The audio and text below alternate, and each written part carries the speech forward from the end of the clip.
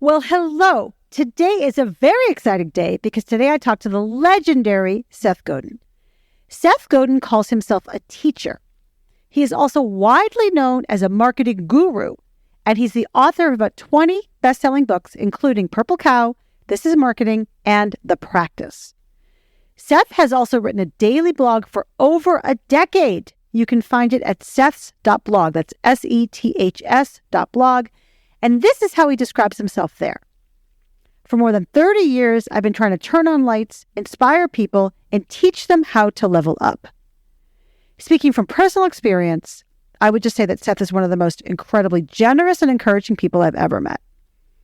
I trooped up the Hudson to his office in Hastings-on-Hudson in Westchester, New York, and we talked about the key insight in his very first job that shaped his entire career and how he dealt with massive rejection early in life. We also talked about his recent near-death experience and how that affected him, and why that was the catalyst for his new book, Song of Significance. And I loved our discussion about how Seth gets motivation when he's not feeling quite himself. You'll find that very enlightening. What can I tell you? This is a phenomenal episode, so let's get right into it. Please enjoy my conversation with the remarkable Seth Godin. Seth, welcome to the show. I'm so excited to be here in your incredible home in Hastings-on-Hudson. In real life. We're not in my home because I'm so messy that I can't do this at home. We're in an apartment nearby.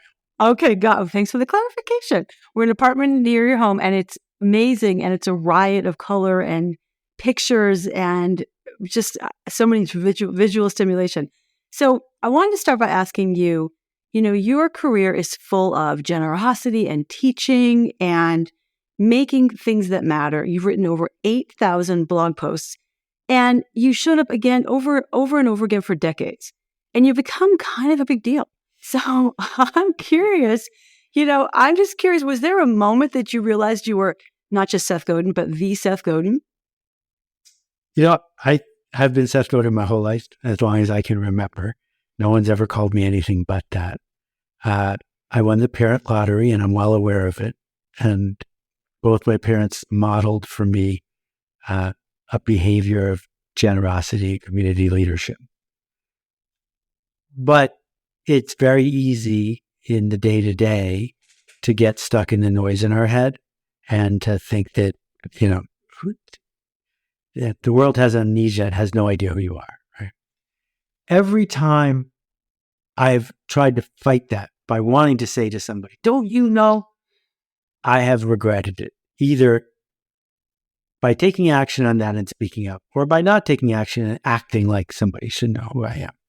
The fact is, my best-selling book was not read by 99% of the people in the United States. To a rounding error, nobody has read any of my books. To a rounding error, almost no one has read my blog. Less than 1% of the internet population has ever seen my blog. And life is just so much easier if my assumption is that I have to prove something to this new person today about what is possible, as opposed to saying, well, I earned the right to be selfish today. That's a beautiful way to think about it. What do you mean by life is easier? Well, everyone has a noise in their head. It's called sonder, the moment you realize that other people have fears and dreams and hopes the way you have fears and dreams and hopes.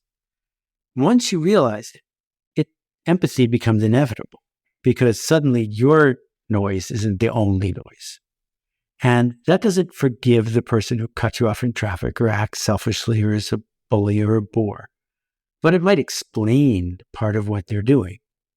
And if you've chosen to be in this spot today, in this world, well, the people you chose to be with are playing with the noise in their head. So what are you going to do about it? You can insist and demand that they adopt your noise, or you can do something that's a lot more useful, which is acknowledge that they have a noise in their heads too. Mm-hmm. So coming from that point of view is kind of just realize there's a connectedness to other humanity.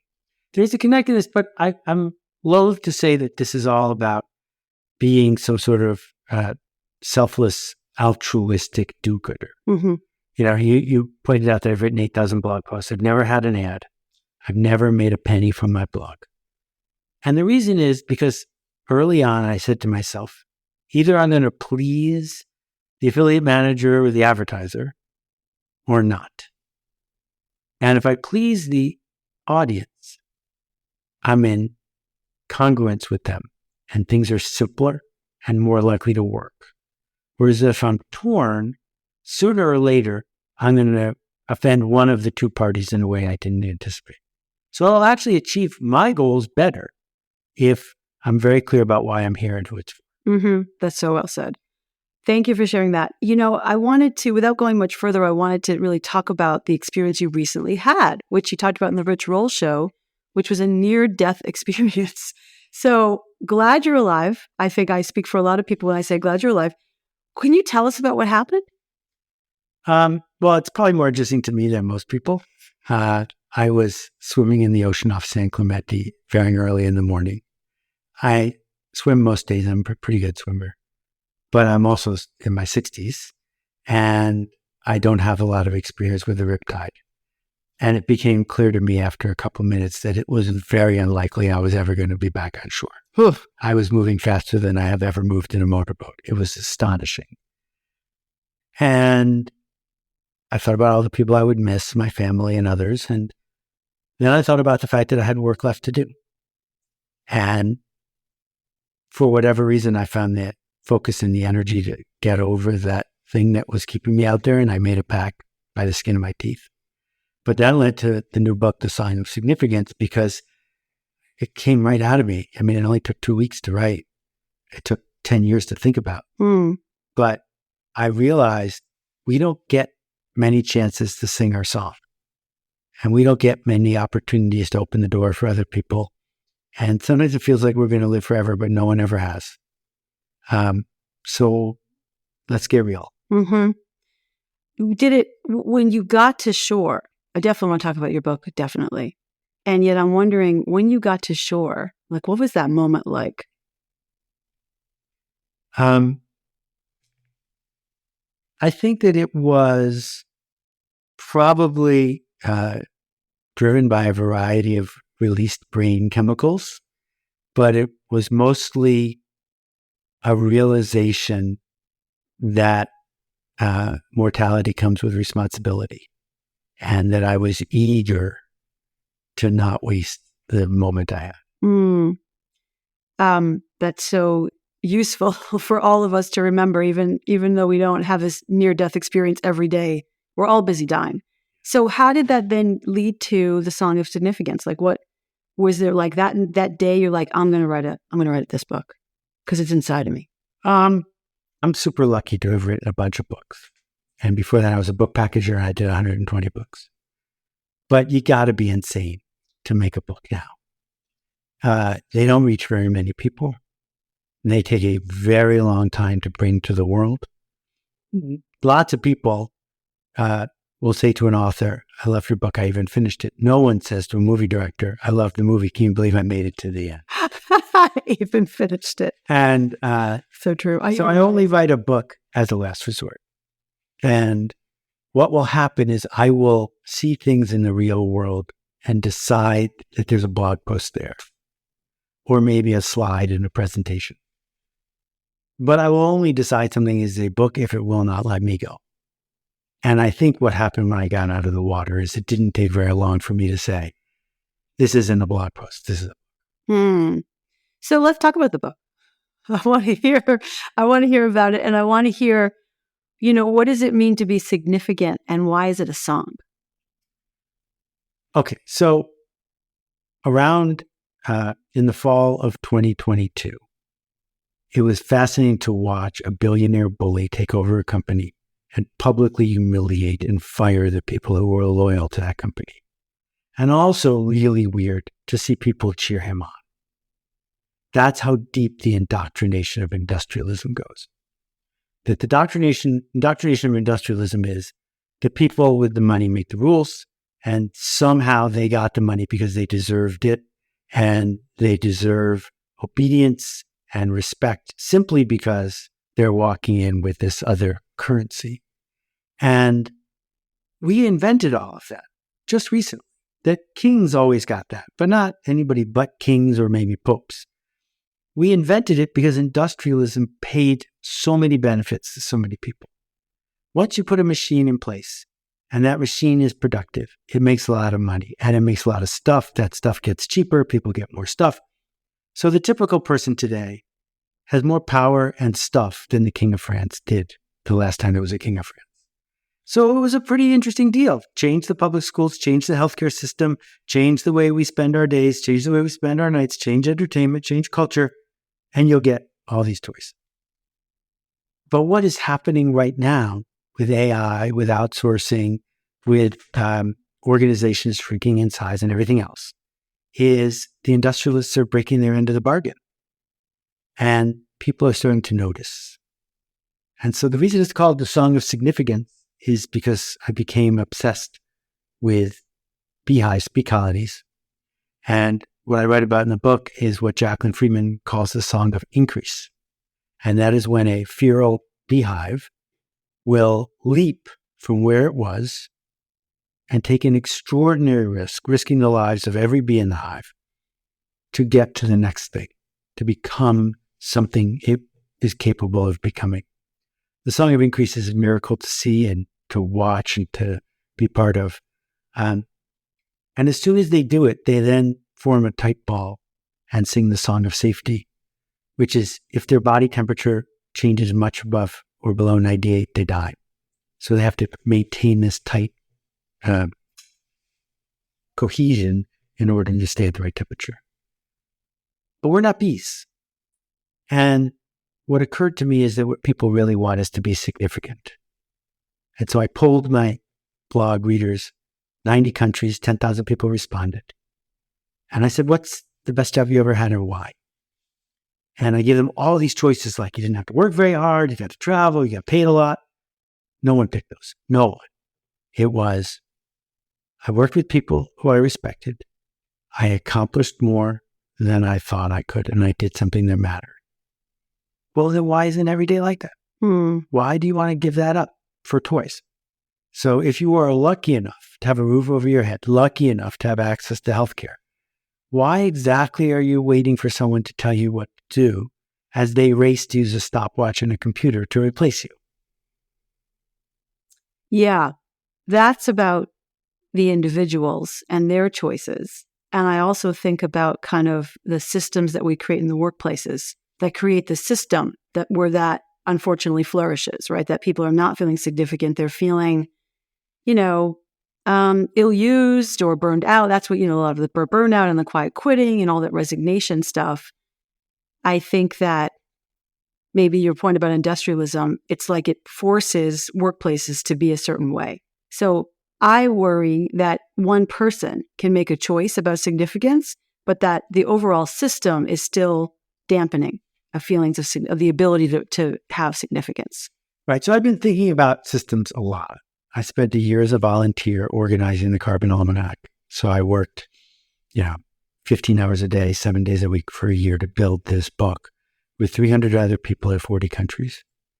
And we created a 97,000 word illustrated footnote, fact check, charted, graphed, typeset almanac, 300 pages long, in less than 5 months and didn't make a single mistake. And we handed it in, had a schedule.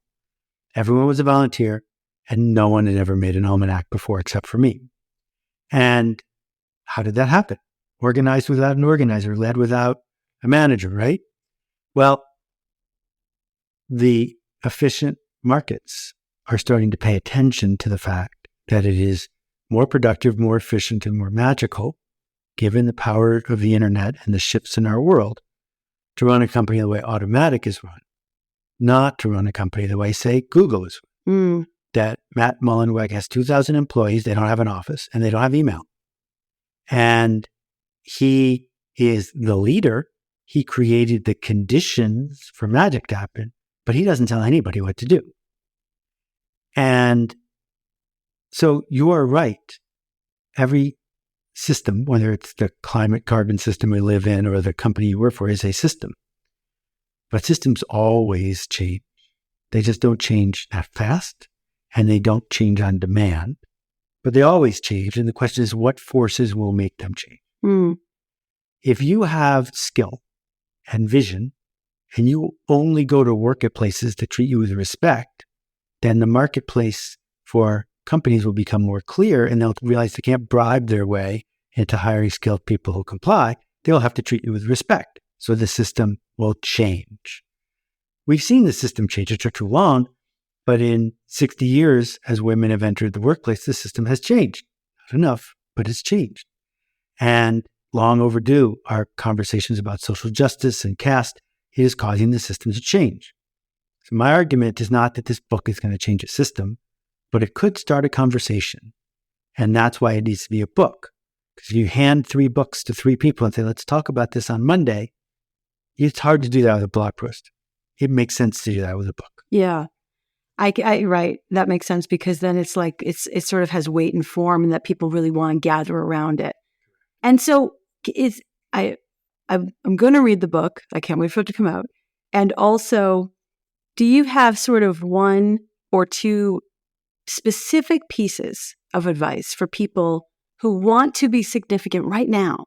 And I think even more importantly, for managers who haven't been trained. By the way, that's another thing we haven't done. We haven't trained our managers, and the company runs on the backs of managers. And there's some good managers that care about their people and naturally do the things that caring about people looks like, and then sadly not, right? Because they haven't been trained or motivated or even like guided in that direction. So like, what advice do you have for managers who want to create something that can be like that system inside of their workplaces? Yeah, it's a great question. So first, I need to highlight that managers and leaders are not the same. Mm-hmm. Some managers should just manage. McDonald's needs managers. The fry machine has to have someone on it at 2:00. And some leaders are not managers. They don't have anyone reporting to them. They're just creating the conditions for growth. And the second thing I need to say is a beehive isn't soft. There's nothing soft about working inside a colony of bees. I'm not proposing softness. What I am proposing is dignity and respect, which are different. So there's a story that's not in the book that I will tell you. 10 or 15 years ago, I spoke at a fancy investment bank in New York City. A friend asked me to come in and talk to their 20 summer interns. 20 years ago, 15 years ago, to get a summer internship like that, you needed fancy parents who could pull strings. So there were 15 to 20 people who were used to having strings pulled. And they were sitting there in their fancy blue suits, men and women. And they'd been there for 6 weeks. They had 3 weeks left. And I walk in, and on my way in, there was a stack of index cards, and I grabbed them. And I handed out these 15 blue cards. And I said, okay, here's what I want you to do. Take a pencil. Don't worry, I'm not going to put you on the spot socially. Just take a pencil and answer the following question. As I was coming here, the phone rang, and it was Bill Gates or maybe Warren Buffett, somebody like that. And they said to me, I got a huge amount of money for a project. It's an 8-week sprint. And the people who work on the sprint are going to get paid $150,000 each. By the way, the person you're meeting with, they're going to run it. But they get to pick any 3 people to be on their team with them who get paid the same amount. I said, so now you're on the spot. This is the thing that's going to make your career. And you got to write down the names of 3 people around this table out of the other 15. I said, so please go ahead and write down 3 names. And that made people really uncomfortable. Sure. I said, don't worry, I'm not going to ask you to read them. They wrote down 3 names. I said, okay, question number 1. How many of you think the same names came up over and over again? Everyone agreed. Mm-hmm. I said, question number 2. How many of you think your name came up over and over again? And a few people were honest enough to say yes. And I said, so question 3 is, do you think, if you've only known each other for 6 weeks, do you think those people showed up here 6 weeks ago, acting in a way consistently that would make them the kind of person that's on this list? Which leads to the last question, why aren't you that person? This has nothing to do with not working hard or taking personal days. This has to do with, did you offer other people dignity and connection and possibility and success in a way that makes them want you to be on their team? That's a choice. Mm-hmm. And if you keep the blue card in mind, you realize every single day we're surrounded by blue card moments. Every day, somebody on your team is making a choice about who to talk to, who to connect with, who to whatever. So if that's what we do now, as opposed to what we used to do, which is run the punch press, why aren't you acting that way? And that is that story, which I forgot to put in the book, is the story that I would point people to and say, do you see the choice here? And do you see that the people whose names are mentioned a lot actually have a better day at work than the people who aren't? Same system. They work at the same place. I love that story. It's so true. And I would just say for myself also, personal responsibility is one of my religions, right? The idea that you can generate it yourself and be that person every day, be one of the blue card people every single day. And, I think it's interesting, like not everybody comes to that understanding. How did you come to that understanding? Like when did that aha moment come for you that you realized, because a lot of your work is about purposefulness and making a difference and being intentional about it. How did that come to you? So people who are under 50 need a little bit of history to understand this. There used to not be voicemail. There used to not be email. And there were these little slips of paper. They happened to be pink. And they said, while you were out. And if someone called, the receptionist, they used to be receptionists, would write down on the pink slip who called you, what their phone number was. So at my very first job, 1983, I'm a summer intern. I'm the 30th employee of a company that grew to a couple hundred. And I walk in after lunch on the second day. And on the receptionist desk is a plastic carousel with 40 slots in it. It's about the size of a very small pizza. And what you would do when you came back from any meeting is you would spin this carousel until you got to your name. The names were in order of hiring, not alphabetical. So you had to spin and spin to find your name. You'd pull out your pink slips and go back to your office. And I walked in and I thought, I'm going to be here for 2 months. I don't want to spin this thing over and over again looking for my name. So I reached over to the receptionist's desk and I took a paperclip and I put it next to my name because I thought this is going to hurt no one. And let's save me some time. Within an hour, the entire thing was festooned with different arrangements of paperclips. Each person had just been waiting for somebody who didn't know better to go first. And now I saved everybody in the company 3 minutes a day. And I looked at that and I said, that's what I'm going to do. I'm going to be the guy who puts paperclips in things. That's amazing. You had that insight from the paperclip. Wow. I did actually. Wow. That is so cool. And so then you set on a trajectory to be the paperclip guy, to make a difference. And again, to show people the way. It's so easy to just say, oh, well, that's some sort of Boy Scout thing. That's not what I'm saying. So right after that, Steve and some people at Apple asked me to beta test the original Mac before it came out because we were a software company in Boston. So I had Ready, Set, Go version 0.9, and I was one of the first desktop publishers in the world. And I had nobody working for me, but I had a line of computer games that I did with Ray Bradbury and Arthur C. Clarke, and it was a pretty cool gig for a 23-year-old. Sounds like it. But if the engineers didn't work on my software, it was never going to ship because they had other things. So I started a desktop published newsletter. Every single day, 2 columns on yellow paper, I printed out the name of any person in the organization that had worked on my stuff in any generous way.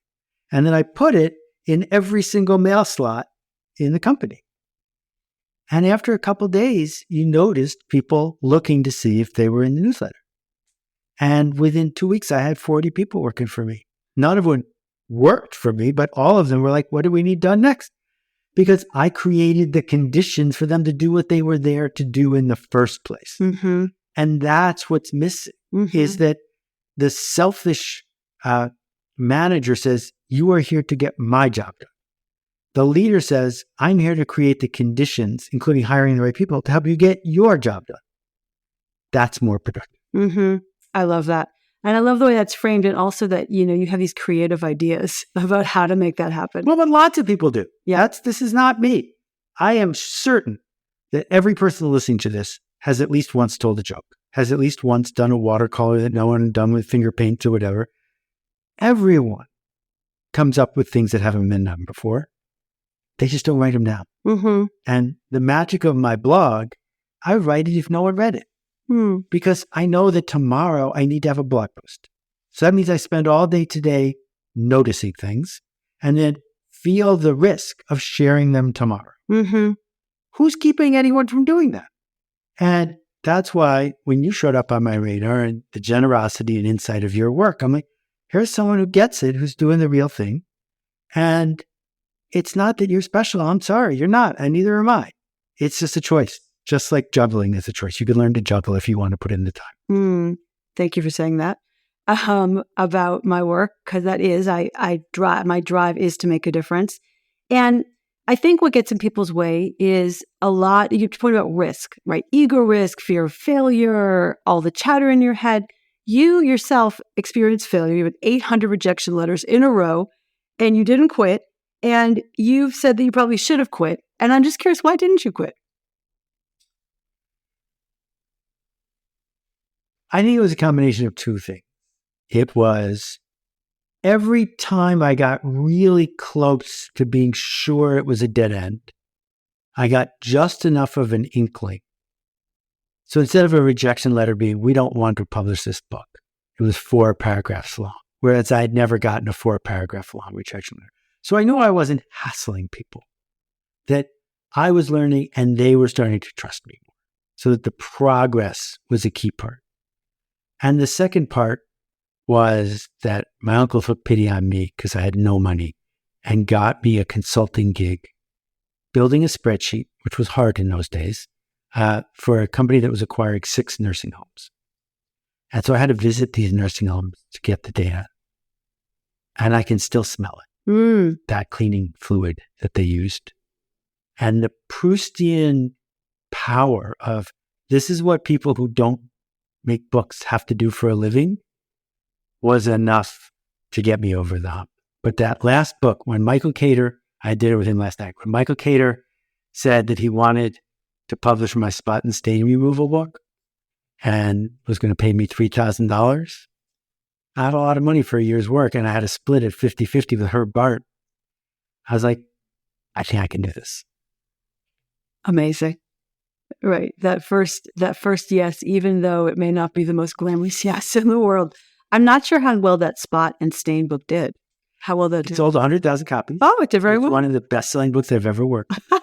I love it. Michael didn't publish it because another publisher bullied me into having her publish it instead. Oh, wow. She failed at it. But then I got the rights back and I called up Michael and he figured out what to do with it. But I will tell you that what it did fail at was getting out spots. Unfortunately. Here's a true confession. So I didn't write the book. I used Herb Bart's notebook. Herb, I don't know if he's still around. He was the professor of stain removal at the Philadelphia College of Textiles Science. And he had this hotline that you could call for stains. So I was like, hey, Herb, can I use your notebook? Because you could be the on-the-spot stain guy. He loved it. He was like, he loved being a stain celebrity. So we made this whole stain book and Ladies Home Journal calls up. And Ladies Home Journal says, we'd like to do a 2-page spread about the book. And this is a very big magazine at the time. Will you come to the photo shoot and tell us how to do the whole thing? I'm like, count me in. So I get there and I realize that what we're doing, we're taking a white apron and there's going to be 6 stains on it. And then we'll show before and after. And I know the stuff sort of works, but it doesn't work perfectly. So I said, why don't we do this? Take a picture of the white smock. We'll call that after. And now let's just add the 6 stains. We'll call that before, and everyone can go home. So I don't know if anyone was harmed by that duplicitous move, but I'm confessing it now that the statute of limitations on. The headline's going to be Seth Godin apologizes for the stains that didn't come out. I love that. We didn't even try. And we went home after 10 minutes. That's right. Didn't even try. By the way, it just also goes to show you that a book can be great and not be a bestseller, and a book can literally not work and be a bestseller. Right? I'm pretty sure her things worked. I just think I had some technique issues because I wasn't a stain removal. No. I was a book packager. Well, that's a beautiful story. And then, and through that success, that moment, that peak moment, you continue to write. You've now written 20 bestsellers. Is that right? Wow, that's amazing. And, I'm still so interested in this notion of like feedback, because what you said, I mean, that failure was feedback, including that you got a better failure letter, better rejection letter. And then you've also said that in your alt MBA course, people would get 400 to 600 pieces of feedback per month. And I know in companies, people say, I never get feedback. And managers say, they don't want feedback, right? So I'm just curious, how can people give feedback so it's seen as a professional critique and not an attack? This is a great thing to riff on. Okay. Criticism and feedback are different. Nobody wants criticism, but it is impossible to drive a car without feedback. You need the curb. You need to feel the road. They work really hard to make it so when you turn the steering wheel, you can feel they didn't have to put that in there. They put that in there because you can't drive without it. So feedback is physics. Feedback is the world telling us what's up and what's not. So what we did at the Carbon Almanac, we had a couple rules that we followed all the time. And one of them was relentlessly criticize the work, never criticize the worker. And what that means is, let's you and I sit on the same side of the table and look at this piece of work and give feedback on the work. I don't care who did the work. I don't care what conditions the work was done under, what compromise you had to make. Just on an absolute basis, the same way the blue card people have an absolute basis, the same way the consumer does. Why would someone buy this? They don't care that you worked really hard. Who cares who worked on it? This thing. Can this thing be improved? And if you can create a culture where we can do that without regard for the status or class or caste of the person who made it and mean it, then you're off to the races. And inevitably that breaks down if you don't work to keep it that way. Sooner or later, it gets personal and people use criticism of the work to criticize the worker. So every day you got to keep coming back to this idea of everyone here sooner or later is a volunteer. Everyone here has a choice. Everyone here is a human being. Do we want to say something that will make them more likely to do good work tomorrow or more likely to leave? And it is possible. And I know from, my early software days, when you find a bug, when you find a solution that doesn't work, and you celebrate the feedback, the next version is going to be better. Yeah. So it's about celebrating that feedback. And also something you said is so compelling, sitting on the same side of the table. Listening, what I tell managers is listening as an ally, right? The idea that you position yourself as an ally and actually you act every day like an ally, like someone who cares about you, like somebody who's on your side and has your back. And then when there is times to critique the work, because that's normal, then you do that together. I love the idea of together, but the point is you're on the same side. Right. And the thing is, a lot of people don't have good taste. What is good taste? Good taste is knowing what the customer wants just before they do.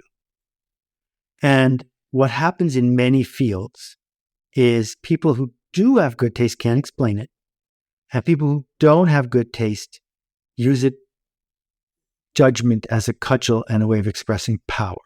So this explains some people in the magazine business, the fashion business. It explains people in the music business, right? How do you know if it's a hit? It sells a lot of copies. What makes something sell a lot of copies? It's a hit. Well, you've told me nothing, right? Right. And so I can't get better at making music if you can't tell me what you're looking for. If it's just, I'll know it when I see it. Yeah, well, I'm looking at how many times you failed.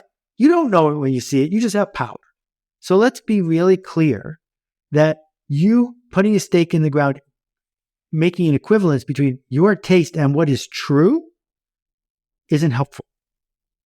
On the other hand, and we see this all the time in any organization that's changing its logo, because everyone thinks that they're an expert on logos, right? That's true. And you're not allowed to have a say about the logo. You're just not. I know you work here. You might even be the president. You're not allowed to have a say about the logo.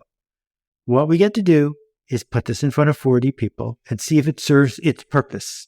If it does serve its purpose, we're done. Let's get back to work. If it doesn't serve its purpose, we got feedback, make a better logo.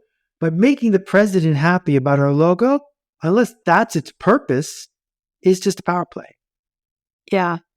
I think power is part of what power and status is part of what corrupts the whole process, actually, the whole system. For sure. Yeah. Yeah. And I mean, I think it's an interesting point. Like if you think about every day, that's what you said. Like if you think about it every day. So every day you come to work, and I like to have daily practices, the idea that you have to remind yourself. And when you walk into the workplace or when you get on your Zoom or whatever, if you have a tactile moment to remind yourself what you're about and what your mission is and kind of you as a leader, what you're here to do. I feel like that can be a very centering thing. Not only is it's the entire point, right? I mean, to make it very visceral, going back to swimming, if you're a lifeguard, it doesn't matter if the chairs are all in a straight row. And it doesn't matter if the ladder is freshly painted. How many people died yesterday? That's your job. No one drowned, right? If you are building a culture at an institution, what emergency is causing you to be a jerk today? Not allowed. You just let someone drown, right? And so this method. So inside the Carbon Almanac, one thing Louise Karsh and I did is every Wednesday, the two of us posted in our discourse. Well, we never met in person, all 300 of us. Now it's 1,900. In the discourse, mentioned by name 6 people who had done something really cool that week. And if your name was mentioned, you needed to mention 6 people who had done something really cool that week. And by the end of Wednesday, 100 people had been mentioned for doing something. If you schedule a meeting on Zoom, you owe it to the people who are invited to that meeting to make it clear why it has to be in real time, to make it fully interactive, because if it can be a memo, it should be a memo, to create the conditions for this interactive event to actually be interactive or to cancel the meeting. You get to do that 6 times a day. If you're not doing that, you should be fired because you just spat on our culture, the one we're trying to build here. And I could give you 400 more examples of this, right? The teacher in 4th grade who uses a big red marker to circle mistakes a kid made. Is that really your job? The soccer coach who only puts out the kids who are the oldest, tallest, and most skilled. Is that really your job to win a trophy? No, that's not why we have soccer for 11th graders. We don't have a trophy shortage. Your job is to create the conditions for kids to believe they can get better. You're not doing that when you have a high school musical and only put the people on stage who audition the best. That's not the purpose. Right, totally. I just love the phrase create the conditions. Like if you just sort of say create the conditions to, and then you can fill in whatever it is you're supposed to create the conditions for. Yeah. Yeah. Exactly. That's powerful. So to go with the book, I printed 50,000 booklets. And the purpose of the booklet, if people buy 5, I send them 25 booklets. People hate to throw booklets out. That's so true. You hand the booklets out to people. Yeah. And basically the booklets say, let's get real or let's not play. Let's talk about what conditions are we trying to create. Let's have phrases that we can say back to each other, right? And if you can't build this culture, well, then don't be surprised when Automatic runs circles around you and runs 40% of the web because they created the culture and you forgot. Right. That's well said. So well said. You know, when we talk about culture and leadership, a topic that always comes up is authenticity.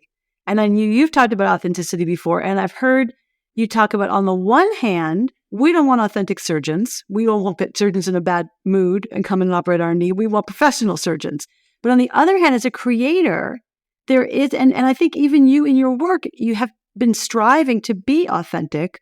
So how do you kind of tease out what I sort of think is this paradox of authenticity? Yeah, I don't think it's a paradox. I think there might be a semantic problem, though. Okay. I think authenticity should be reserved for the people who love you. Because what it means to love somebody is even if in a moment they're not the person you hope they will be, you will still love them. For every other human on the planet, I don't think you get to be authentic. I think responsibility beats that. I think consistency beats that. That you might be grumpy, but that doesn't mean you can slam a glass door in the face of a grandmother who's trying to get in to visit her kid. You're being authentic. No, that's the social media excuse for being a jerk, right? And I show up every day, but when I show up, I'm showing up as Seth Godin with a capital S and a capital G. You don't know me, and you're not supposed to know me because you don't love me. You just are playing a character who's very closely aligned with who I am. But if I'm not having a good day, I actually say to myself, try to be more like Seth Godin. Does that work? Usually, because I don't want to let Seth Godin down. Right. Right. That's beautiful. I think that's really well said. We are all playing a role. And so it's another sort of purpose. It's a moment to be purposeful and intentional. Exactly. That's really good. Why would you have it any other way? Because to have it any other way means that every single time someone is a jerk, you don't get to take umbrage. You have to just completely dance with that person over and over and over again. Well, that's how we end up with Harvey Weinstein, right? Harvey was completely authentic every time the door was shut. That's not okay. Right. Totally. Yes. One thing that Seth Godin has talked about, is imposter syndrome. A lot of, for people and how they experience imposter syndrome, and even yourself experiencing imposter syndrome. So I talk a lot in this show about imposter syndrome because everybody feels that way. In fact, 95% of high achievers feel that way. So I'm curious if you could riff a little bit about your own experiences when you felt imposter syndrome and how you've overcome them. Oh, it's super simple. Anytime you're being an achiever, you're an imposter. Anytime you're being a leader, you're an imposter. If you're not feeling like an imposter, you're either a narcissist of some sort or you're not actually leading. Because leading means you're doing something you're not sure is going to work. Well, what it means to do something you're not sure is going to work is you're pretending that you have it more in order than you do. So if you're working on the truffle assembly line, moving chocolate from one box to the other over and over again, you probably shouldn't feel like an imposter because you did it yesterday. Right. But everybody else, it's a symptom you're doing the work. It's a symptom you're on the right track. And so we need to embrace that feeling and say, not how do I make it go away, but how do I turn it into something productive? Who am I being an imposter for? On behalf of what? And, talking to you, you have a body of work that I respect a lot. You're sitting in my office. I'm an imposter right this minute because I'm trying my best to explore and talk about things I haven't talked about at the same level of depth. And maybe I say the wrong thing. So, yeah, I'm not sure. Well, when you say you're not sure, I mean, I think what you said, and it's accurate, is to do the work and to show up. Yeah. Yeah. And to not let that stop you. Right. Yeah. What are some things, if you think about your, right now, what you're working on? If I'm, of course, one of my religions also is personal development. What would you say is like one strength that you really are proud of, like your superpower? And what is like one weakness, development opportunity that you feel like I really need to work on that? I have an almost countless number of weaknesses that I have no intention of working on. Fair. Because I'm just not sure well-rounded is useful. If you need someone to organize your taxes, please don't call me. And I don't want to get better at that. Because if I got better at that, I would get worse at something else. There are people I let down.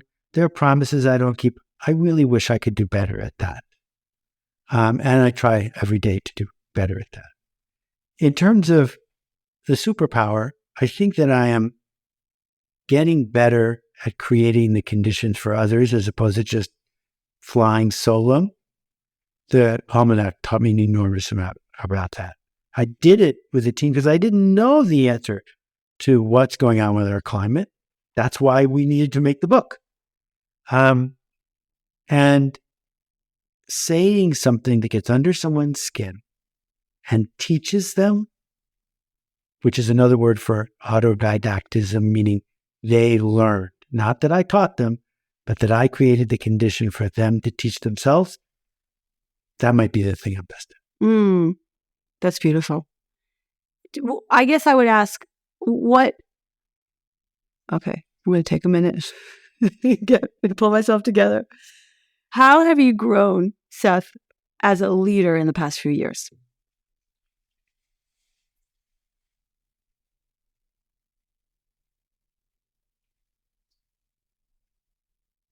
So Roz Zander and Ben Zander tell the story of rule number 6. And hearing the story of rule number 6 sort of opened a path for me all those years ago, and I keep staying on that path. And I'll tell the story poorly, but basically the prime minister of a small country, and he's being interviewed, and the secretary of commerce was in screaming and yelling, having a freak out. And the prime minister says, remember rule 6. And the person calms down and just leaves. And then the secretary of the treasury comes in, the world is going to end. There's all these things that have to happen right now. And the prime minister says, remember rule 6. He calms down and leaves. This happens 4 more times. Finally, the reporter can't stand it anymore and says, I just got to ask, what's rule 6? And the prime minister picks up the plaque on their desk that says, remember rule 6. And on the bottom, it says in script, don't take yourself so damn seriously.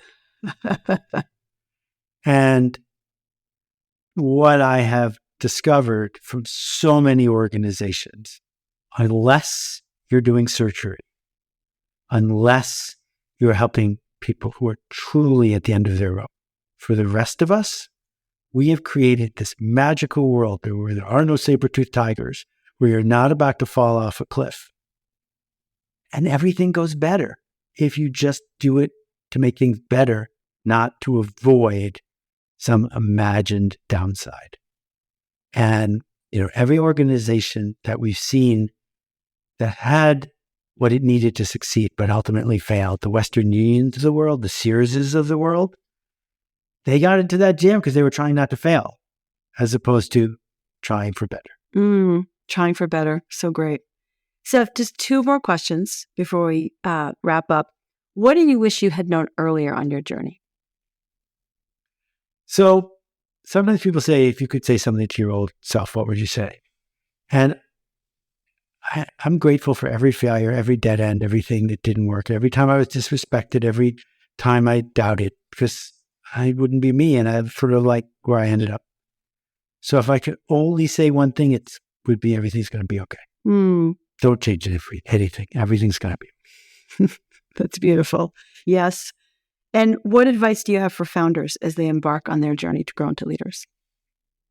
So if you're a founder, you're probably not being as honest as you could be about who's it for and what's it for.